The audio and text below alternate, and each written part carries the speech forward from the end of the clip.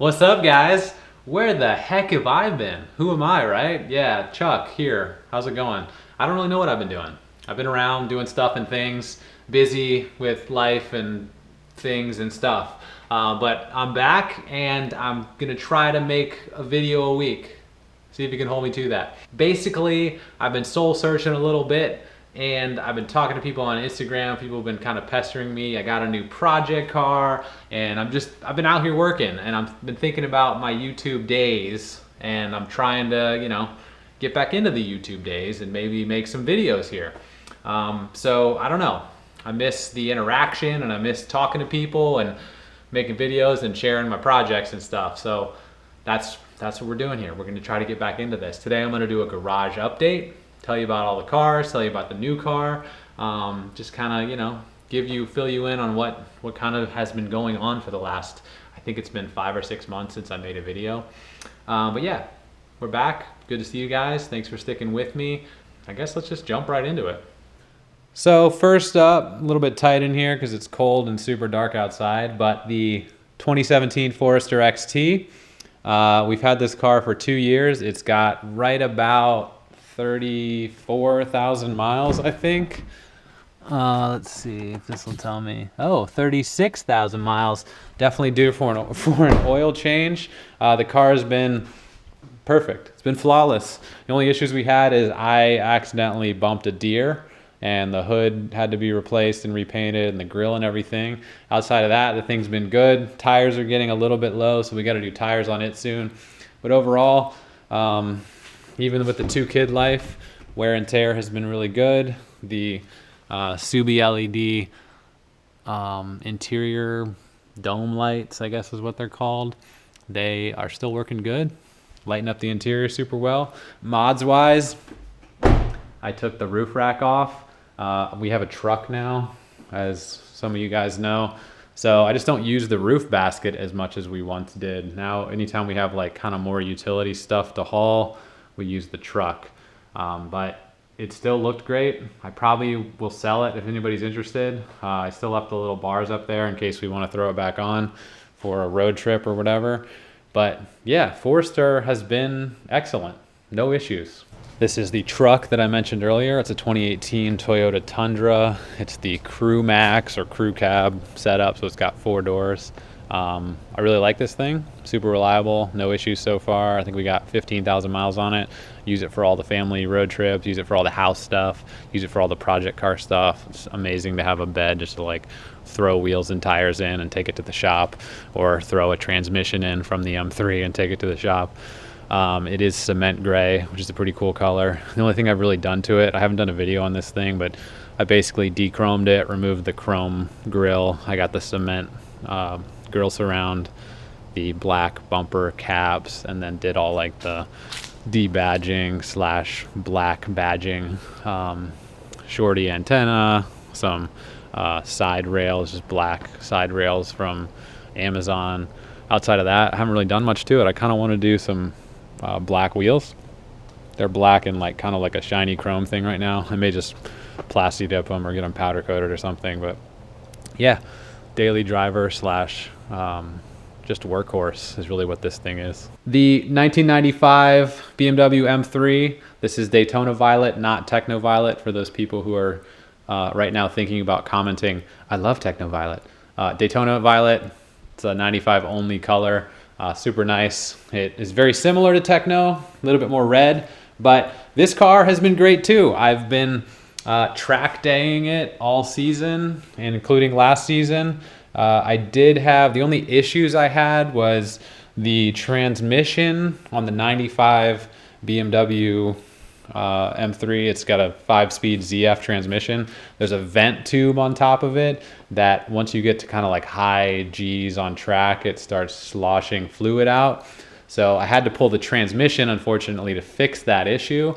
I had a shop in the area take care of it for me, but I pulled it, brought the engine to the shop, or brought the transmission to the shop and had them fix it. So while I had it out, I just went ahead and did the clutch and throwout bearing and pilot bearing, all that stuff while it was out. I didn't really document it because I wasn't kind of doing the YouTube thing at the time, but I did take care of that. Besides that, honestly, the clutch was okay. It had decent meat and life left on it. Besides that, though, the car's been pretty much flawless. Only things I've done to it recently, I installed a Renown steering wheel. Looks really good, feels good. I went leather because I'm not like a glove user yet, so I don't want to mess with the suede. I ripped the center console out. It's missing a seat because I'm testing the seats in the new project car, which I'll show you in a minute. And then I also did the hard motorsport plastic door panels. So this is like an ABS plastic. It uses riv nuts behind here and then like a little spacer to kind of hold it on. Looks really good. I got to finish up the install, so I'll probably be documenting that, but I got to get the little handle to fit in, and then I have a door strap that you got to cut a hole and fish through. But these look great. The fit's pretty good. They're a little bit pricey for what they are, but I like that they kind of keep that molded door panel, like stock door panel sort of look, instead of it just being like a flat piece of aluminum. But yeah, this car has been, knock on wood, super reliable for the track. It doesn't have any crazy power mods or anything. It's got the stock wheels back on it because I pulled the track wheels off for now. I might take it and get a little bit more aggressive alignment. That's something that I might do in the future. But outside of that, it's really just maintenance on this thing. I'm not trying to go super mod heavy because I don't want it to become unreliable. I just want to be able to take it to the track, beat on it all day, bring it home, go back out in a couple weeks or the next month.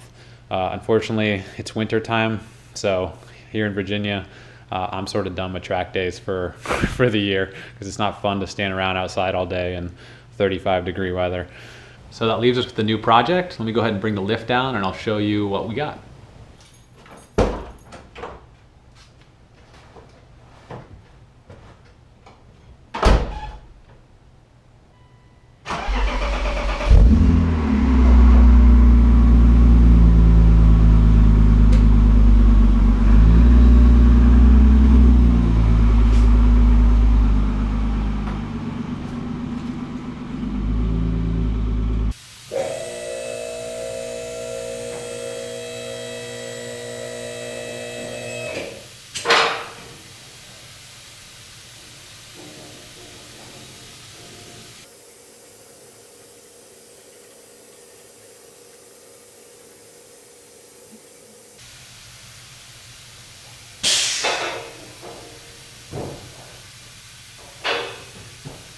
All right, so as you can see, I picked up a 1984 Porsche 944. I bought this off a buddy. I wasn't like really looking, specifically for this car or specifically for a project car.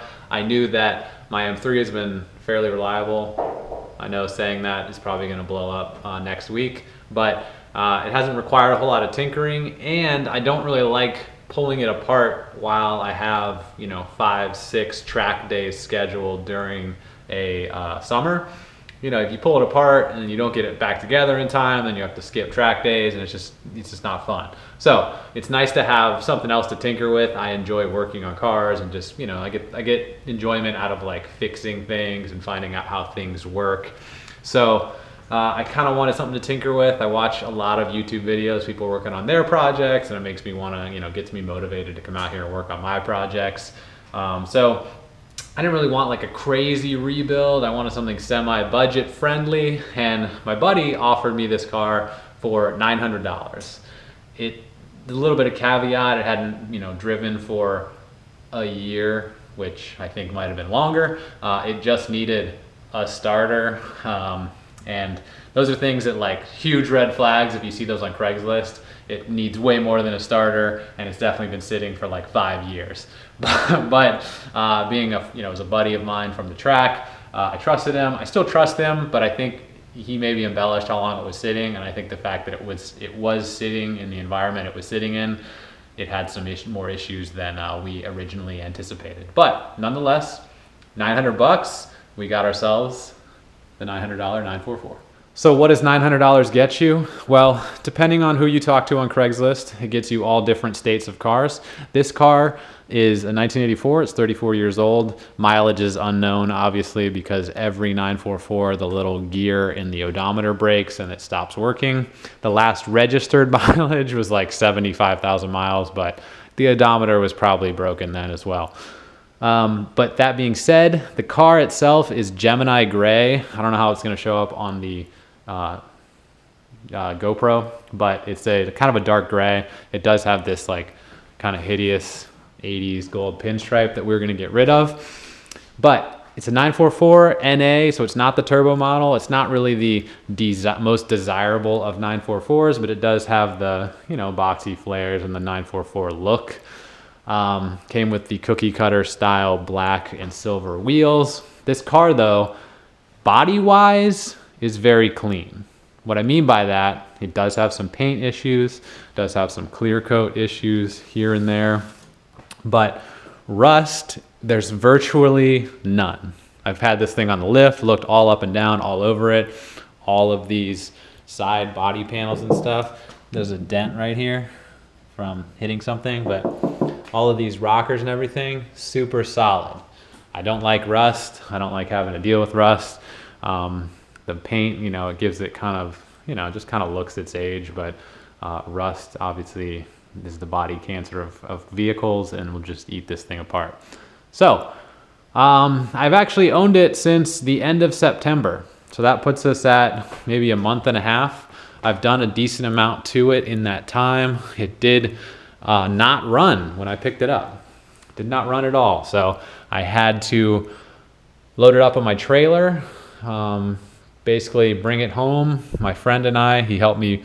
I backed the trailer in and we basically dumped it straight onto the lift so I could work on the starter. And it wasn't the starter, believe it or not. The starter worked fine. I did buy a battery for it.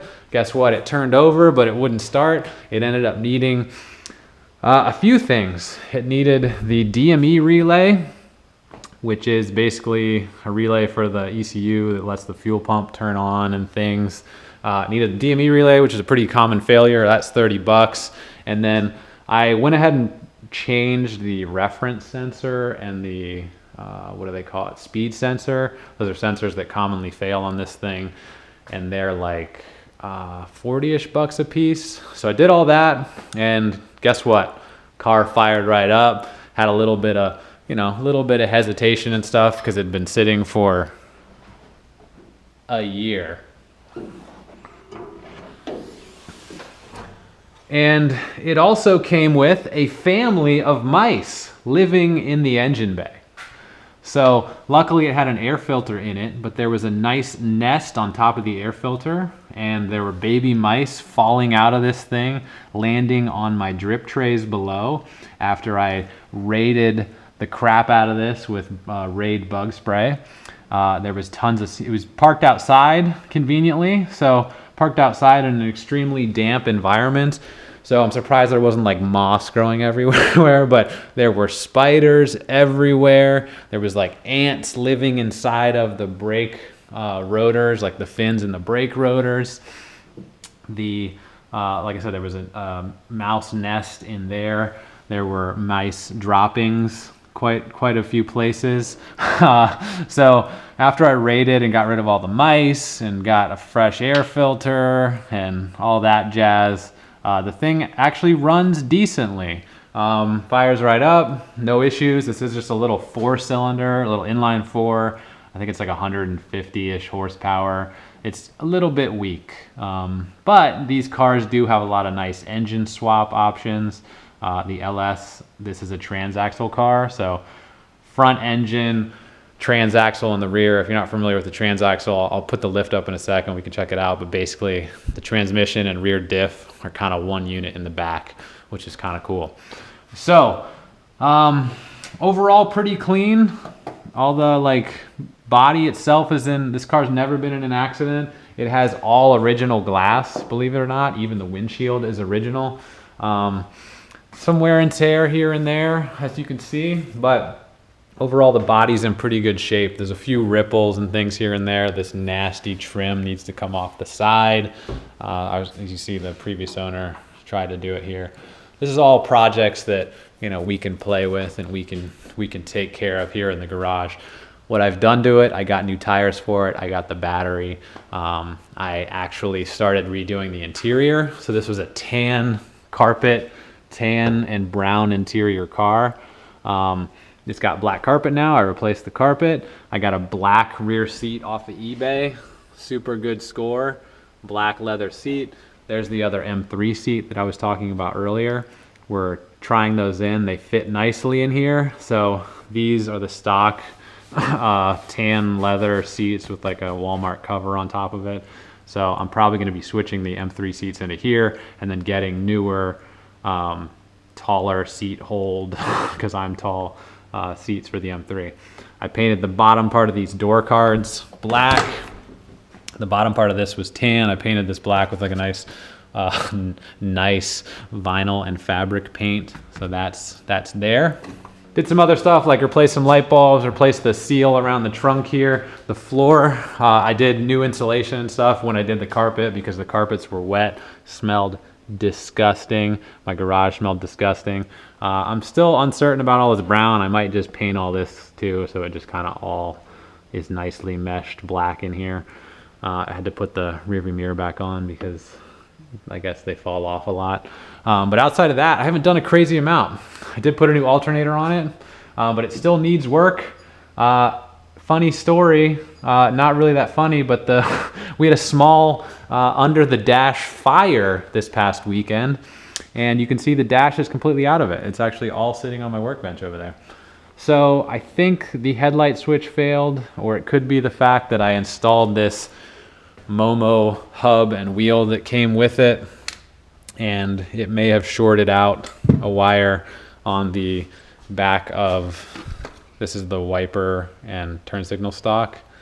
Look at that. It's all melted and charred. I did have to deploy the old fire extinguisher, and the interior was covered in nastiness, but it survived. I vacuumed. I got her cleaned up. The rear of this car is definitely my favorite angle. It's got the super, I don't know, 80s vibe. Like I like the big rubber spoiler. I like the hatchness of it. I definitely like the boxy flares of that era. I'd love to own an E30 M3, similar era, but they're ridiculously valued right now, which is, maybe they're worth it, but $50K and up is obviously not in the budget for me for a 30-year-old vehicle. So yeah, but overall, pretty clean car. Let's, I guess, talk about what the plans might be for it and then go from there. So the plans for the $900 944 are kind of up in the air. 944s don't have ridiculously high value. The turbo cars, the later ones, are starting to rise a little bit. The early ones may increase a tiny bit as well, but I don't ever anticipate this being a $20,000, $30,000, $40,000 car. So I don't want to go too crazy dumping money into it. That being said, there's some cool motor swaps that you can do for relatively cheap. The LS, obviously everybody LS swaps everything, but the LS is a good candidate because it's in the Corvettes, it's also transaxle. This is a transaxle, it fits nicely. This car, obviously being a transaxle, doesn't have like a huge transmission tunnel that you can swap other transmissions into. So it's LS swap, there is VW, Audi, like 4 or 5 cylinder turbo swaps you can do. I think that might be interesting. First off, I just kind of want to get it reliable and get it running and driving so I can use it and get it on and off the lift and everything else.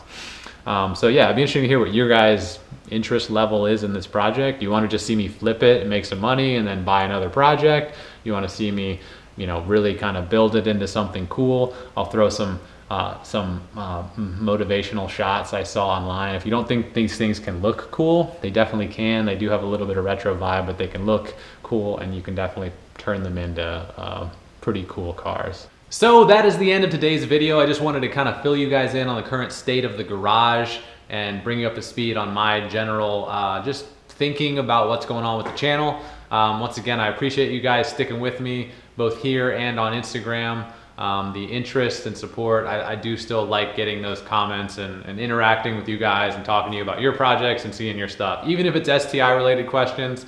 I answered a question this morning about like wheel offset and stuff on my STI, even though I haven't had the STI for a year at this point. But yeah, let me know what your interest level is in the 944. People on Instagram seem pretty excited about it. I'm trying to keep it budget friendly. I'd like to do another separate video, kind of more in depth on the 944 and talk about, I'm keeping an Excel spreadsheet of the costs, which is probably a terrible idea, but just kind of Excel spreadsheet of the cost of what I've spent so far. If you're interested in seeing that kind of info, kind of what it takes to get it from $900 non-running car to, I don't know, weekend ready. My plan is not to really track it at this point. I just kind of want to have a car that's fun to drive and just something to tinker with and work on. Maybe we flip it, maybe we keep it. Yeah, I'm just kind of interested in what your opinions are on it.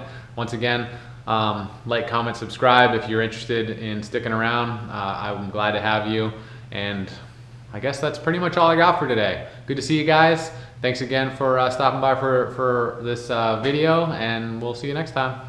Bye-bye.